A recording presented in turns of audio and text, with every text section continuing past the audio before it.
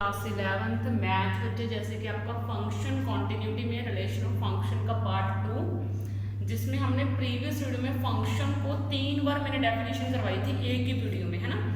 तो आज बेटा हम टाइप्स ऑफ फंक्शन में ओनली वन टाइप डिस्कस करेंगे, जो है ऑन टू फंक्शन। अब हम पढ़ेंगे कि ऑन टू फंक्शन होता कब है, जब फंक्शन ऑन टू नहीं होता तब उसकी क्या कंडीशन होती है। ये टाइप है फंक्शन की पहली आपकी ऑन टू फंक्शन। ध्यान से समझना, बच्चों को समझने में बहुत दिक्कत आती है ऑन टू और वन वन। अब देखो, एक फंक्शन है एफ नाम का, कोई भी फंक्शन, मैंने आपको बता दिया कि फंक्शन एफ को एफ से डिनोट किया जाता है। एक्स से लेके वाई तक का फंक्शन है आपका, इसको मैं ऑन टू फंक्शन बोलूंगी इफ एंड ओनली इफ, सिर्फ और सिर्फ तब एवरी एलिमेंट इन वाई में हर एक एलिमेंट, वाई में हर एक एलिमेंट एक्स के किसी एलिमेंट की इमेज होना चाहिए। देखो यहाँ पे 3 वर्ड आएंगे, आपको डिफिकल्टी क्रिएट करेंगे। If and only if every element in Y का हर एक element is an image, image है कम से कम, एटलीस्ट का मीनिंग है कम से कम एक एलिमेंट की, एक्स के कम से कम एक एलिमेंट की इमेज वाई होना ही चाहिए। इट मीन्स एक्स का कोई भी एलिमेंट विदाउट इमेज नहीं होना चाहिए। जैसे आप मिरर के आज सामने खड़े हो तो आपकी इमेज तो बनती है, और जो आपके आसपास चीजें पड़ी होती हैं वो सभी की इमेज बनती है ना।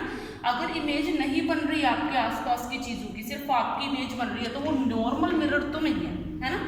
तो आपने इन चीजों का ध्यान देना है। हम नॉर्मल फंक्शन की बात कर रहे हैं। मैंने बोला y का हर एक एलिमेंट x के कम से कम एक एलिमेंट की इमेज होना चाहिए। इट मीन्स x में कोई भी एलिमेंट जो है खाली नहीं बचना चाहिए, ठीक है। अब देखो बेटा, जैसे मैं इसकी एक एग्जांपल के थ्रू आपको ये पूरी की पूरी डेफिनेशन समझाऊंगी। मान लो मैंने एक फंक्शन ले लिया, फंक्शन में मैंने एक्स सेट ले लिया ए बी सी डी, जिसमें 4 एलिमेंट हैं आपके, और जो वाई है उसमें 3 एलिमेंट है पी क्यू और आर। ध्यान से समझना, मैंने एक्स में 4 एलिमेंट लिए हैं और वाई में मैंने 3 एलिमेंट लिए हैं, और मैंने एक फंक्शन बना लिया एफ नाम का, एक्स से लेके वाई तक का फंक्शन बना लिया। एक्स कौन है, ये है, मैंने एक्स को आगे रखा। वाई कौन है, ये है, मैंने वाई को पीछे रखा। और फंक्शन ने मशीन का काम करा। क्या करा, मैंने इस सेट में से ए उठाया और फंक्शन ने मुझे इस एलिमेंट का पी दे दिया, इस सेट का पी दे दिया। मैंने यहाँ से सी उठाया, मुझे यहाँ का जो है फिर से पी मिल गया, या फिर ऐसा बोल दो कि मुझे क्यू मिल गया।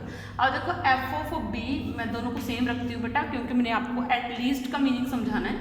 एफ ऑफ बी, फिर मैंने यहाँ से बी रखा, मुझे क्यू मिल गया, और एफ ऑफ डी रखा तो मुझे आर मिल गया। यहाँ तक आई होप आपको समझ में आ गया होगा। मैंने क्या करा, मैंने 2 जो हैं सेट सेलेक्ट करे, उनको फंक्शन की फॉर्म में लिखा।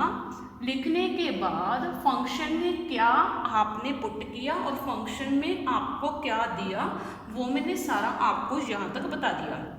अब मैं ऑन टू फंक्शन की डायग्राम बना रही हूँ। इस डायग्राम को आपने ध्यान से रखना है, वो पूरे डेफिनेशन को साथ में लेके चलना है आपने। ये जो आपने एक पहला सर्कल बनाना है, स्फेरिकल शेप होता है, स्फेरिकल यानी कि बिल्कुल गोल नहीं होता, और दूसरे वाला ये, और ये जो पहले वाला सर्कल होता है, इसको बोलते हैं हम सेट एक्स का सर्कल। कौन से सर्कल, एक्स सेट का। और एक्स सेट में कौन कौन से एलिमेंट है, ए बी सी डी, और जो एलिमेंट है आपने डॉट्स से जो है इसको शो करने हैं, डॉट से शो करने हैं element A B C D. समझ में ये बात, ये एक सेट है, ये जो स्फेरिकल शेप है ये एक सेट एक्स को रिप्रेजेंट करती है, और ये जो दूसरा है सर्कल स्फेरिकल शेप, ये आपके वाई के एलिमेंट्स को जो है आपको शो करेगी। और वाई का एलिमेंट कौन है, पी, दूसरा कौन सा क्यू, और तीसरा कौन सा है आपका आर। अब डेफिनेशन क्या बोलती थी, वाई के एलिमेंट, वाई का एलिमेंट कम से कम एक्स के एक एलिमेंट की इमेज होना चाहिए, कम से कम एक एलिमेंट की। तो देखो P A की इमेज है। अब देखो एटलीस्ट का आपने मीनिंग समझना है। मैंने एटलीस्ट का आपको 10th क्लास में मीनिंग समझाया था जब मैंने आपको प्रोबेबिलिटी करवाई थी।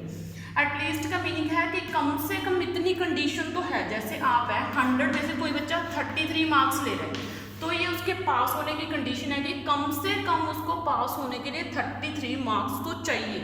ये उसकी जो है लोअर लिमिट है कि इससे अगर वो कम गया तो वो फेल हो जाएगा। लेकिन इससे ज़्यादा तो वो कितने भी ले सकता है, 34 ले सकता है, 38 ले सकता है, हर जगह पर वो पास है।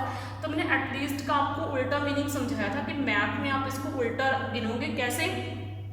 मिनिमम कंडीशन तो गिननी है, मिनिमम से आगे वाले जितनी भी कंडीशन है वो सारी की सारी भी आपने गिननी है। और यहाँ पे भी आपने मिनिमम के साथ साथ सारे की सारी कंडीशंस गिननी है कि y का एक एलिमेंट x के एक एलिमेंट की इमेज तो होना ही चाहिए, एक से ज्यादा कितनों की भी हो सकता है। मैंने क्या बोला, y का एलिमेंट x के एक एलिमेंट की इमेज तो पक्का होना चाहिए, एक से ज्यादा कितने भी एलिमेंट की इमेज वो बन सकता है। जैसे ये p है, ये p दो एलिमेंट्स की इमेज बन रहा है, एक तो a की बन रहा है, देखो एक a यहाँ पे आ रहा है p में, एक c यहाँ पे आ रहा है, तो ये एक एलिमेंट y का x के दो एलिमेंट्स की इमेज बन गया। समझ में आई बात। अब ये जो q है, q किसकी इमेज बना, p की। ये मैंने अपने आप नहीं करा, मैंने यहाँ से करा है। a की इमेज p है, c की इमेज p है, तो इसलिए मैंने a को p से मिलाया है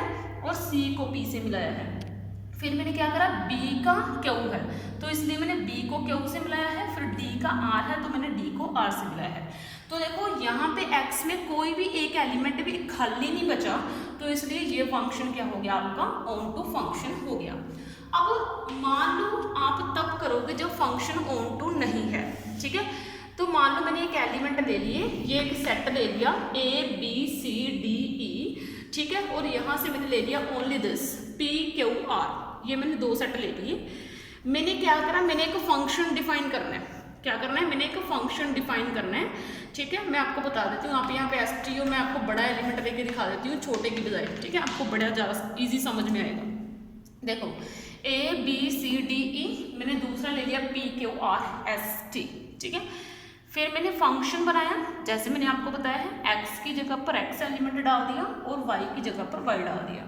यहाँ से मैंने a पुट करा, यहाँ से मुझे p मिल रहा है, यहाँ से e पुट करा तो मुझे q मिल रहा है, यहाँ से c पुट करा तो r मिल रहा है, d पुट करा तो s मिल रहा है, और d को ही पुट करने पर मुझे दो एलिमेंट मिल रहे हैं अलग अलग।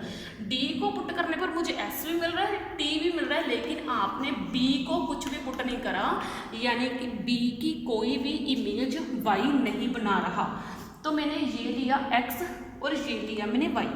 यहाँ पे x के एलिमेंट डाल दिए a b c d e, यहाँ पे मैंने y के एलिमेंट डाल दिए p q r s t।